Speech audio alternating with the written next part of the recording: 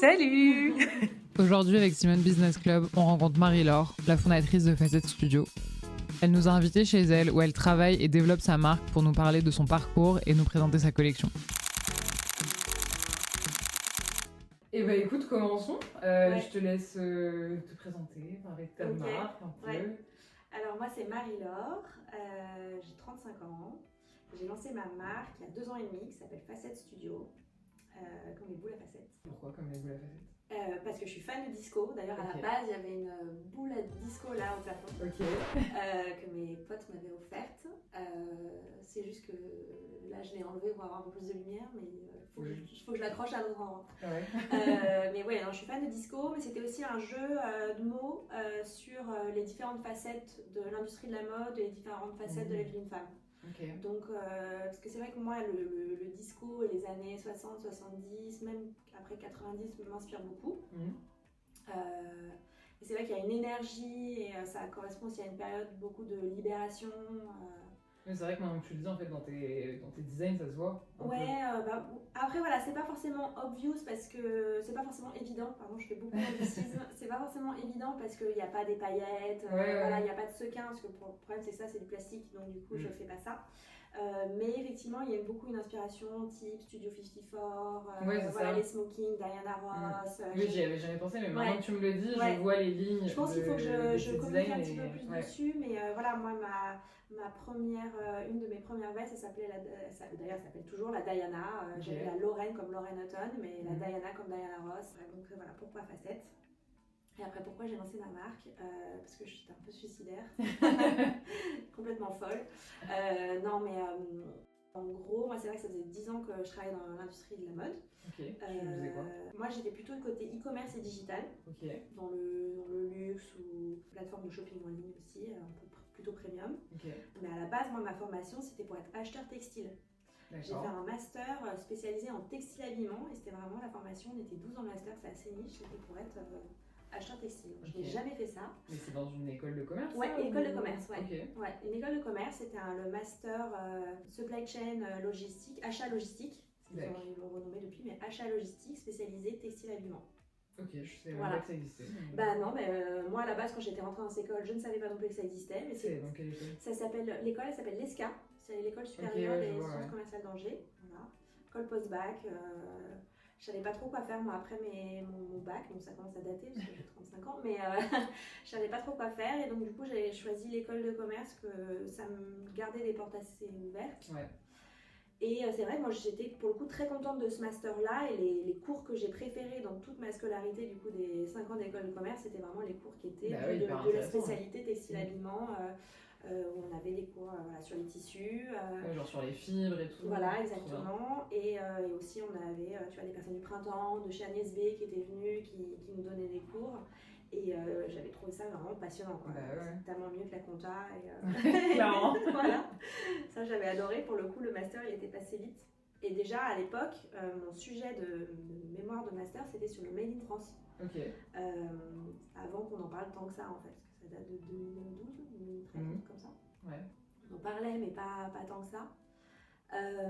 Bref, du coup, j'ai jamais fait ça et je suis tombée un peu par hasard en e-commerce. En fait, j'avais postulé pour un stage chez Proenza Schooler à New York en wholesale à la base, parce que j'avais fait du wholesale chez Saint-Laurent en stage de fin d'études. Et après, j'avais postulé chez Proenza parce qu'il y avait une fille de mon école qui faisait son stage là-bas et donc je lui avais demandé de passer mon CV. Peut-être c'est beaucoup trop long comme. Mais non, je raconte ma vie. C'est très bien. Tu pourras couper tout ce que tu veux. Je trouve ça beaucoup plus intéressant, tu vois, que tu racontes ta vie. Tu peux couper tout ce que tu veux. Voilà. Mais comme ça, t'as de la matière. J'étais pistonnée mais par une fille qui avait mon âge et qui était en stage là-bas, donc c'est un piston mais pas tant que ça. Et en fait j'avais postulé du coup en wholesale parce que j'aimais bien le côté relation un peu internationale entre les acheteurs et les marques, les showrooms, parler plusieurs langues, c'était le côté un peu international tout ça. Et en fait ils avaient pas besoin en wholesale à ce moment-là, mais ils avaient besoin en e-commerce. Et en e-commerce c'est vrai que dans la mode et surtout la mode premium luxe, personne n'en faisait, en tout cas pas vraiment en France. Voilà, Saint-Laurent, du coup, j'étais chez Saint-Laurent Wholesale, ils n'avaient pas de site e-commerce, par exemple, encore à l'époque. Ouais, c'est vrai qu'ils ont mis du temps à, ouais, voilà. à se mettre en marché. Et du coup, je me suis dit, Proenza, New York, 6 mois de stage, e-commerce, génial, vas-y, go, go, go. Et en fait, j'ai adoré. Ils ont même prolongé mon stage parce qu'à un moment, il y a eu un départ, quelqu'un qui est parti pour un autre job. Donc, du coup, j'ai pu rester plus longtemps. Et à la base, je devais partir 6 mois à New York. Je suis restée 6 ans. Ah ouais. Voilà. Mais toujours après, je suis restée dans le e-commerce et le digital. Mais j'ai aussi fait une école du coup de mode. J'ai fait la Parsons à New York. Ok. Parce que c'est vrai qu'en ayant fait une école de commerce, comme je voulais travailler dans la mode, il y avait toujours un peu ce manque, tu vois, peut-être de légitimité. Et même moi, je me suis dit, je vais peut-être passer à côté de quelque chose. En fait, idéalement, j'aurais fait une école de mode directement après mon bac. Ouais. C'est juste qu'à l'époque, c'était pas du tout vu comme un bon débouché. Voilà. C'était pas un choix évident. Ouais. Même parcours. Et moi, ma mère m'a dit non. Voilà. L'école de commerce, comme ça au moins. Exactement. Parce que ça se trouve, dans 2 ans, la mode, ça t'intéresse plus. Ouais, c'est ça. Et c'est vrai que la mode, c'est tellement large, il y a tellement de métiers différents. Tout le monde n'est pas forcément créateur ou designer et fait des fashion week, etc. Mais quand tu es au lycée, tu sais pas. Mais on ne sait pas exactement, on ne sait pas tous les métiers qu'il y a. Il y a plein de gens qui te disent soit t'es designer, soit t'es vendeur. Mais il y a c'est plein d'autres gens qui font plein d'autres trucs. Exactement.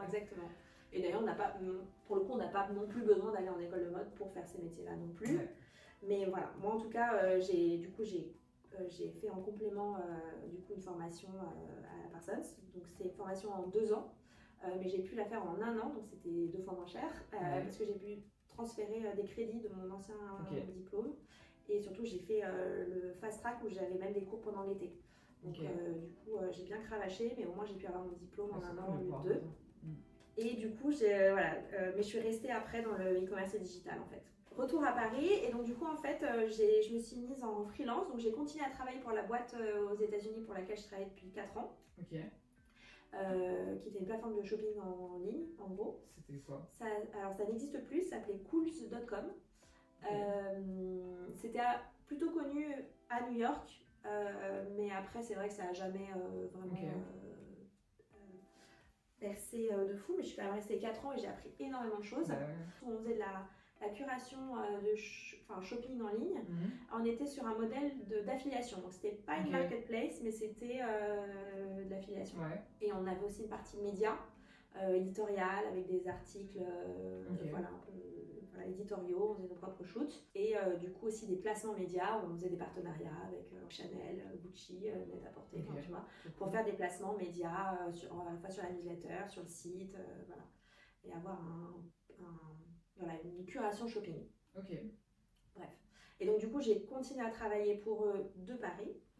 Où du coup c'est comme ça que je me suis mise en freelance un peu naturellement.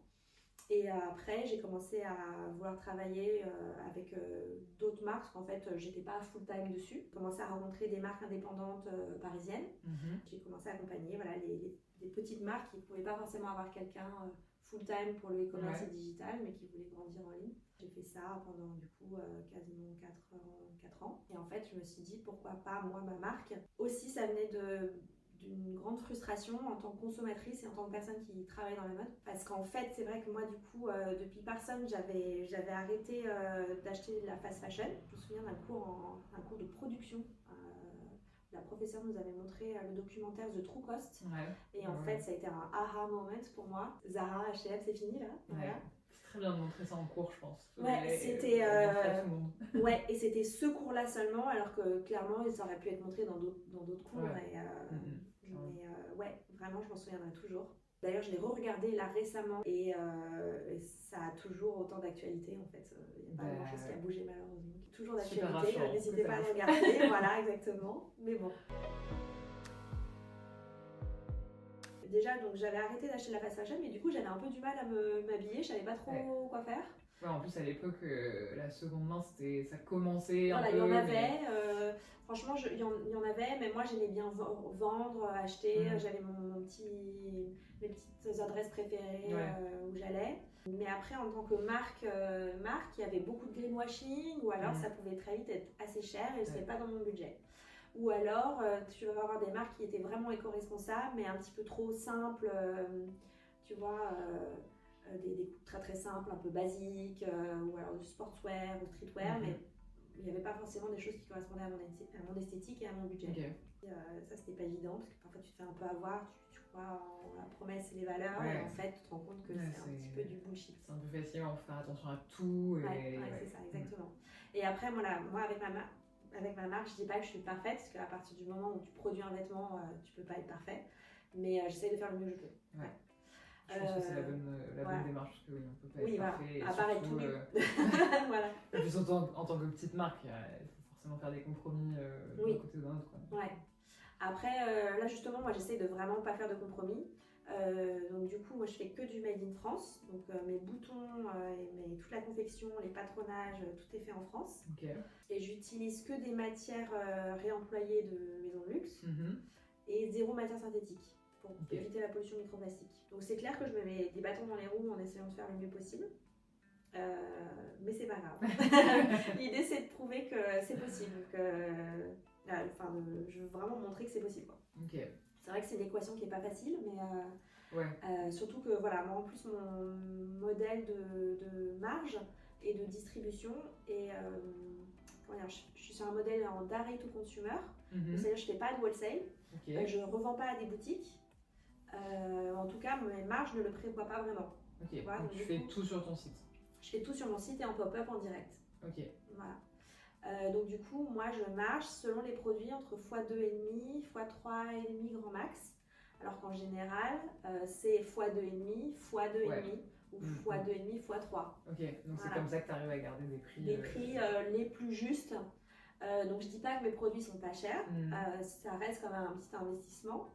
Mais pour du made in France avec des belles matières et quand même des coupes plutôt travaillées, on est sur le meilleur rapport qualité-prix. Quoi. Oui, il y a quelque chose de qualité qui va durer dans le temps. C'est ça. Sur une veste, c'est quand même pas facile à faire. Voilà. Tu as des coupes qui sont beaucoup plus simples, mais mes vestes, mes gilets, voilà. Et du coup, sur tes vestes, tu mets du thermocollant quand même ou pas?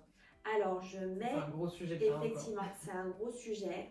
C'est le truc où j'aimerais m'améliorer. Parce qu'effectivement, je mets du thermocollant parce que le problème, c'est si je commence à entoiler ou à semi-entoiler, on n'est pas du tout sur les mêmes prix. Ouais, ça c'est un truc, je trouve que personne dans l'éco-responsabilité parle de thermocollant.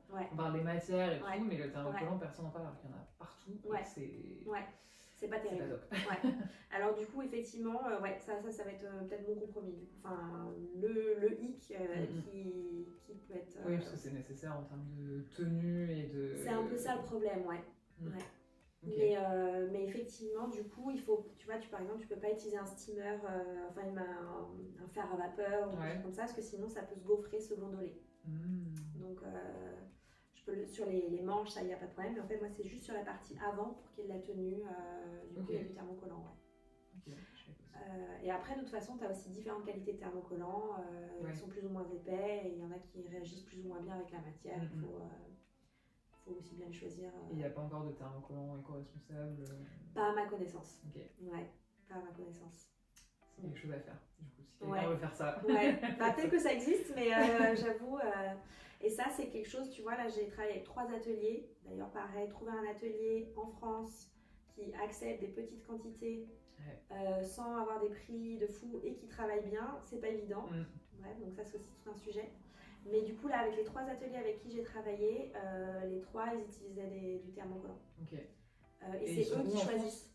Il y en avait un dans le 18e, un, je crois que c'est dans le 3e, donc vraiment en centre de Paris, et un à Bagnolet, là, celui avec lequel je travaille à Bagnolet, mais j'y vais en métro. C'est tout près. J'en avais contacté d'autres qui n'étaient pas sur Paris et ils étaient 2 fois à 3 fois plus chers. Voilà. Après, t'en as pas mal qui bossent avec des marques de luxe, très luxe, genre Louis Vuitton, tout ça, et c'est ça. Extrêmement cher. C'est ça. Super qualité, mais extrêmement cher. C'est ça. Et voilà, moi j'essaye de trouver vraiment c'est-à-dire que oui, on n'est pas sur exactement les mêmes finitions qu'une veste Dior. Enfin, et encore, ça dépend. Parce que bon, tout n'est pas selon les ateliers. Voilà, exactement. Mais j'ai quand même des très belles finitions. Et pour l'instant, mes clientes sont très contentes. Et en général, quand elles commencent à avoir une pièce, elles reviennent. Donc ça, c'est vrai que c'est plutôt bon signe. Du coup, là, ça fait combien de temps que tu as lancé Facette? Ouais, 2 ans et demi. 2 ans et demi. Ouais. Et du coup, t'as déjà une clientèle J'ai une petite clientèle, après, je peux pas en vivre encore. Ok. Ouais. Donc, du coup, moi, j'allais continuer à être freelance à côté. Et clairement, je vis sur mes économies. Ok. Ouais. C'était une de mes questions. Ouais. Parce que je pense que c'est assez intéressant de Ouais. savoir si on se rémunère au bout de combien de temps. Ouais. Et que quand on commence, on a l'impression.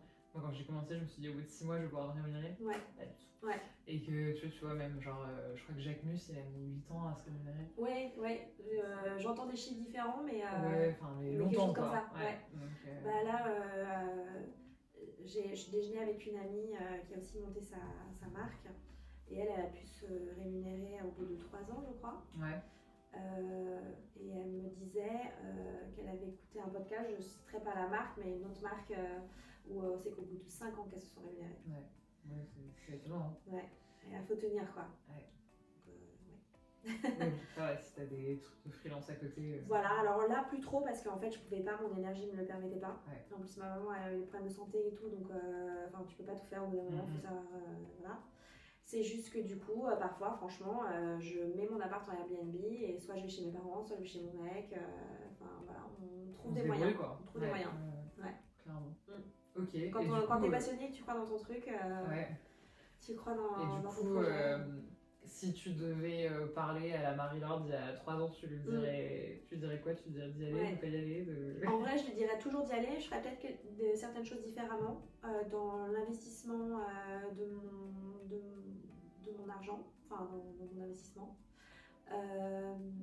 Peut-être que je serais plus forte tout d'un coup, entre guillemets, dans le sens où au début, j'ai fait qu'un produit, c'est bien pour tester, ok, mais du coup, j'ai fait que la veste. J'ai commencé que avec la veste. Peut-être j'aurais fait aussi déjà un pantalon, tu vois. Ou j'ai fait des shoots où je faisais moi-même les photos. Ouais. Et ça, je l'ai fait pendant 2... Tu vois, mon premier vrai shoot là, professionnel en studio, je l'ai fait là il y a 1 mois. Okay. Tu vois, au bout de 2 ans et demi, quoi.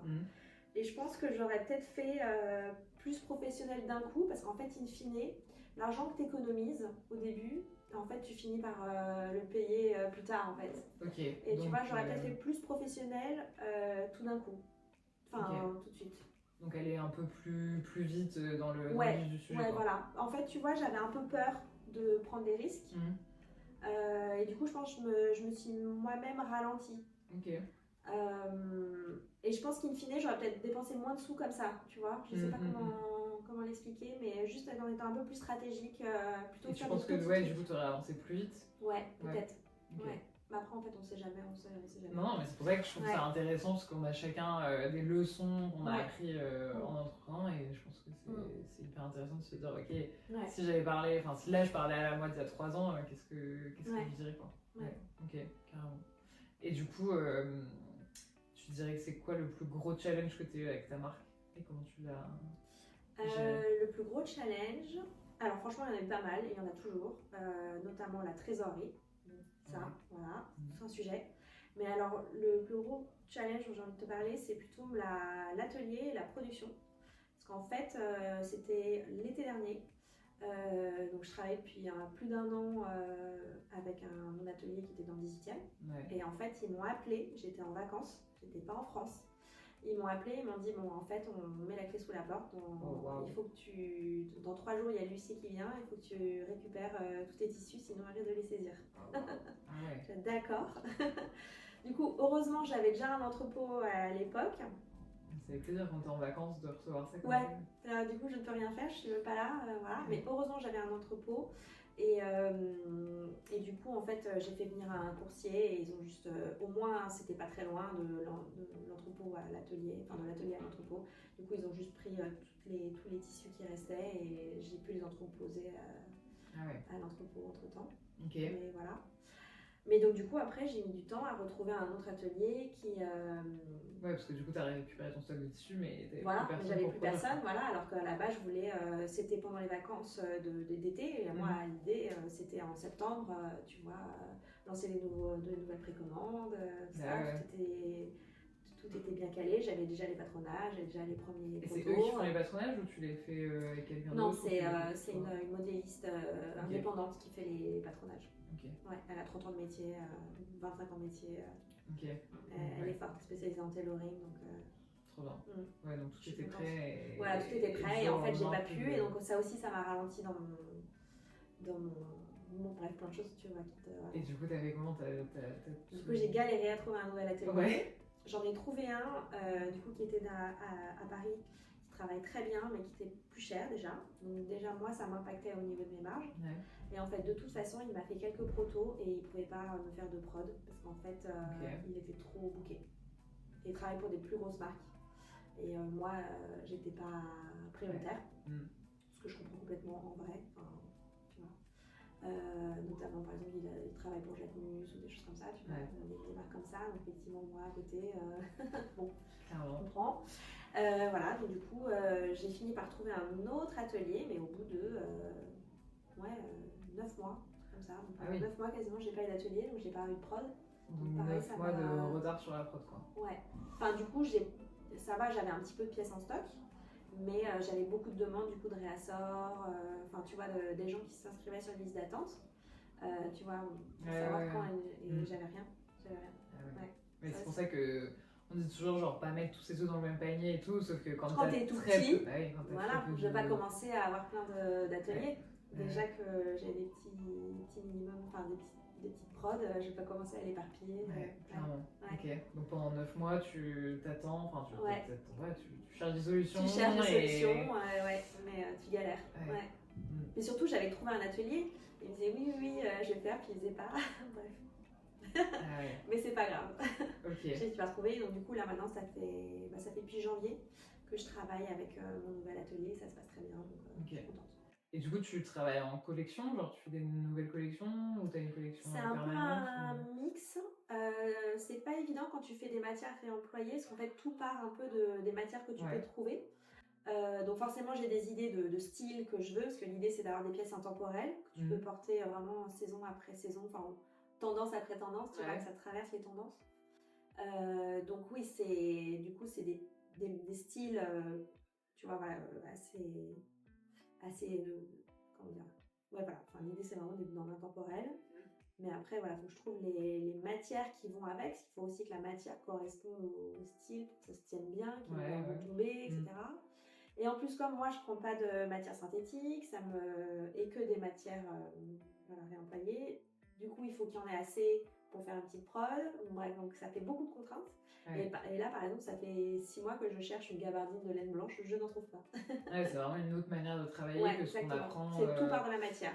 Je pense que même dans les écoles de mode ils apprennent plus à dessiner et puis ensuite tu trouves forcément un tissu qui correspond. Voilà. Moi j'ai plein d'idées mais je trouve pas forcément le tissu. Puis après clairement il y a aussi la trésorerie. Voilà. C'est toujours plus facile si on a une énorme trésor. C'est ça, parce que là tu vois il y a plein de couleurs que j'aimerais faire. Bon je reste toujours sur des couleurs aussi intemporelles et plutôt neutres, aussi qui vont ensemble, mais il y a quand même d'autres couleurs, d'autres matières que j'aimerais tester et pour l'instant j'ai pas la trésorerie non plus pour le faire. Et du coup là on souhaite quoi là pour l'année? Pour l'année, alors j'ai des précommandes en ce moment. Sur des pièces en velours notamment. Du coup, tu travailles beaucoup en précommande ou... C'est un peu un mix entre les deux. La précommande, ça me permet moi d'ajuster les quantités et les tailles les plus demandées pour après moi faire ma prod. Mais dans tous les cas, dans la production, je fais toujours un petit peu plus que la précommande, juste déjà pour avoir des minimums quand même. Tu vois, pour pas que l'atelier fasse trop la gueule, mais aussi pour faciliter après les échanges, tu vois. Si en fait la taille va pas, tu veux échanger par la taille au-dessus, la taille en dessous, c'est bien d'avoir quand même quelques pièces en plus. Et donc il y a ça, il y a mes précommandes, et aussi je fais un pop-up à New York en décembre. Trop bien. De 3 semaines. Pour Noël. Voilà, pour Noël. Pour les smokings, tout ça, c'est une bonne période. Donc j'espère que ça va bien marcher. Et t'as déjà une clientèle à New York Oui, c'est vrai que la moitié de ma clientèle est anglo-saxonne. Donc pas que à New York, il y a l'Angleterre, Londres principalement, New York, Los Angeles, Toronto. Je pense que c'est parce que moi, il y a forcément mon historique et mon attachement avec la ville de New York et voilà, les choses se font un peu comme ça, juste par bouche à oreille aussi, tout ça. Et je pense qu'il y a aussi un attrait en termes de style de la clientèle anglo-saxonne, ça leur plaît. Et tu crois que le Made in France, je pense aussi. Ça parle, ouais. Je pense aussi. Après, j'ai pas l'impression que ce soit le premier, le premier facteur de décision. Je pense que c'est vraiment plus le style, mais justement, du coup, je vais peut-être pouvoir leur poser la question aussi. Et ouais, clairement. Ouais. Et tu crois que dans ta clientèle, le fait que tu utilises des stocks, du coup, tu utilises des stocks de grandes maisons? Oui. Tu crois que ça sert à quelque chose, enfin, que ça Alors, parle aux clients ou... Je pense que la composition, tu vois, moi, mes clientes, elles sont sensibles à la matière, tu vois, elles veulent des pièces en 100% laine, elles veulent pas, elles sont pas à voir avec du polyester, etc. Elles sont éduquées à ça. Voilà, elles voient la différence. Et elles cherchent ça, ça c'est sûr que ça leur plaît. Après, le fait que ce soit du réemployé et du éco-responsable, je pense que c'est un plus, mais c'est peut-être pas ça forcément le premier. Et limite, tant mieux en fait. J'ai pas envie que les gens ils achètent parce que c'est éco-responsable en fait. Pour moi, maintenant, il faudrait que tout soit le plus éco-responsable possible, tu vois, et que tu achètes plutôt par rapport au style et parce que ça te plaît et pas juste parce que c'est éco-responsable. Ouais, clairement. Non, mais je suis d'accord, t'en parlais tout à l'heure, mais il y a des marques éco-responsables purement, mais qui du coup font que des t-shirts blancs, des jeans bleus et... Ouais. Après, pourquoi pas, on a besoin aussi de ces basiques-là. Moi d'ailleurs, je porte beaucoup de jeans, de t-shirts, et j'aime bien justement mettre une veste par-dessus pour habiller. Ouais, bien sûr, mais quand on aime la mode, on cherche aussi on a envie d'avoir pas que des basiques basiques et effectivement des pièces un peu différentes. Ouais, clairement. Ok, trop bien. Et dans les dernières questions que je voulais te poser, parce que du coup j'aimerais bien avoir d'autres marques qui font le même genre de format, est-ce qu'il y a une marque émergente que tu aimes bien et que tu aimerais bien avoir une interview comme ça? Ouais, après il y en a pas mal, plus ou moins émergentes, mais il y a mon amie Lorraine qui a Studio Terre Blanche, donc du coup je l'ai avec elle tout à l'heure, qui elle fait des robes de mariée vintage. En fait elle chine en France et en Italie des magnifiques robes. Même, je crois qu'à partir des années 20 ou 30, jusqu'aux années, je crois, 70, mais un peu 90 aussi. Donc à la fois pour les mariés, aussi pour les invités au mariage. Voilà, donc pareil, on est sur l'économie, la mode circulaire. Et du coup, elle a un site ou... Elle a un site et elle a aussi un petit showroom. Donc non, on peut booker un essayage. Franchement, non, ça marche bien. Mais ça... Ouais, carrément. Donc il y a Lorraine, Studio Terre Blanche. Après, je les ai pas rencontrées, mais je suis depuis qu'elle... Mais je pense que peut-être que tu les connais, c'est Umaya. Les chaussures, les souliers en cuir pareil stock dormant. Donc on est sur le pareil du stock dormant, mais elle de cuir. C'est vrai que j'aime beaucoup le style. J'ai encore jamais essayé, mais bien tenté. Là en plus, elles ont sorti des bottines qui ont l'air canon. Ouais, j'ai vu. Voilà. Après, il y a aussi Waste. C'est super beau. C'est très beau. Pareil, elle utilise des stocks dormants. C'est un peu une concurrente presque, mais c'est pas grave. Tu vois, d'ailleurs, je suis allée la rencontrer une fois à un pop-up qu'elle faisait. Et c'est vrai que c'est très beau. Et on a à la fois, je pense, la même clientèle, mais en même temps, on n'a pas les mêmes styles, tu vois, de vêtements. Je pense que c'est bien justement de s'entraider aussi, tu vois, et de pas hésiter à parler même des concurrents. Ouais, c'est pour ça que je demande ça, je trouve ça cool d'entendre parler de nouvelles marques et tout. Et je sais pas, il y a aussi Leslie qui a la marque de sac Lunier. Elle fabrique en Italie, alors c'est pas des stocks dormants, mais elle fabrique en Italie et c'est des très belles matières. Elle utilise de la soie et là elle va avoir du cuir qui sort. Pareil, c'est à la fois intemporel mais en même temps original, c'est très beau. Lunier. Ouais. Et c'est inspiré du cosmos, de la lune. Et c'est un jeu de mots aussi sur son prénom et son nom de famille, ça s'appelle Leslie Lunier. C'est Lunier, mais c'est très très beau aussi. Je trouve que ça va bien aussi avec mes smokings. L'idée du jour et de la nuit, tu vois, de la fête un peu aussi. Et tu fais, mais d'ailleurs, tu as fait des collaborations, des trucs comme ça ou Alors, j'ai pas fait de collaboration, dans le sens où pas de collection collab, pas encore en tout cas. On va peut-être en faire une avec Angélique qui a la marque Amicalement Soie, où elle dessine, elle fait des illustrations. Elle travaille la soie et en fait elle dessine tous les imprimés. c'est elle qui les fait. Et voilà, elle fait des foulards, des petits twilly. Elle a aussi une collection maison qui est sortie, très jolie.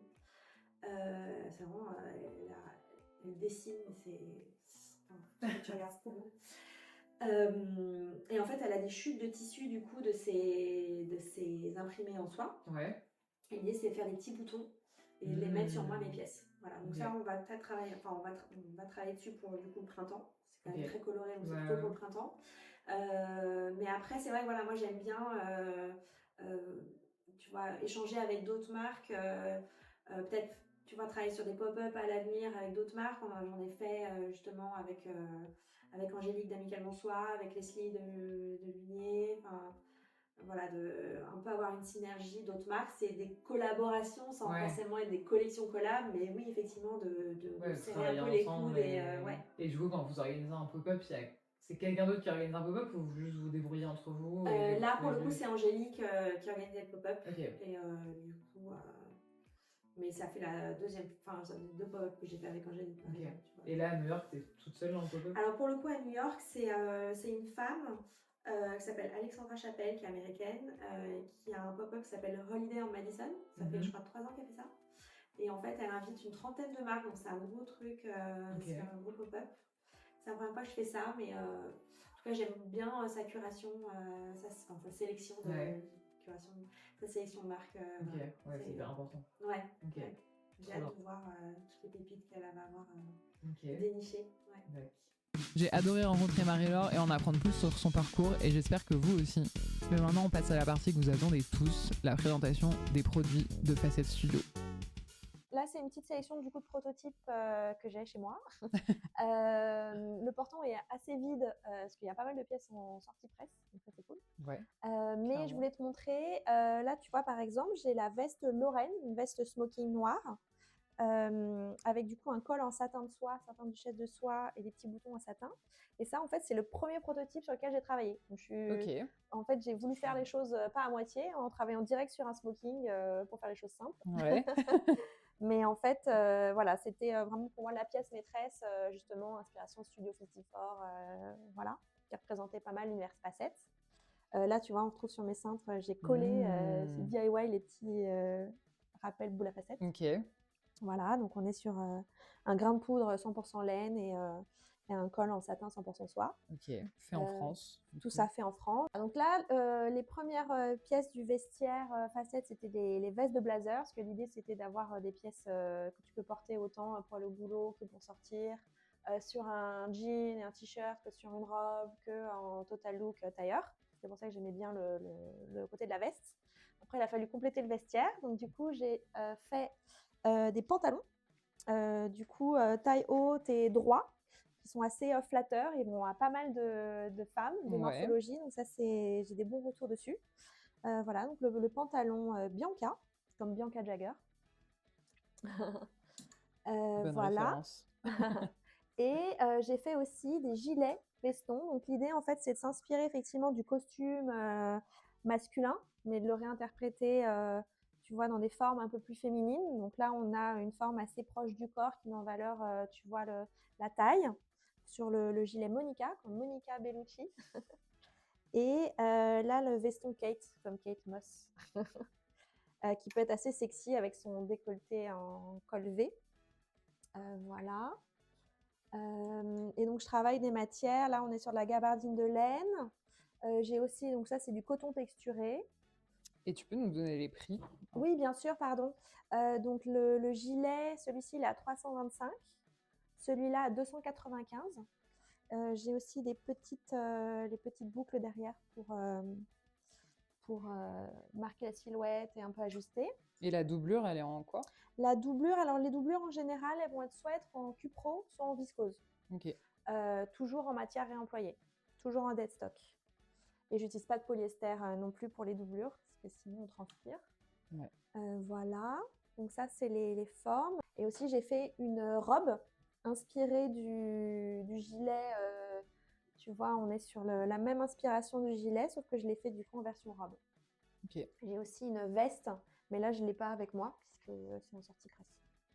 Mais pareil, et du coup la robe est en laine aussi? Ça c'est du velours de coton. Ok. Avec des petits boutons en satin de soie. Donc hyper chic.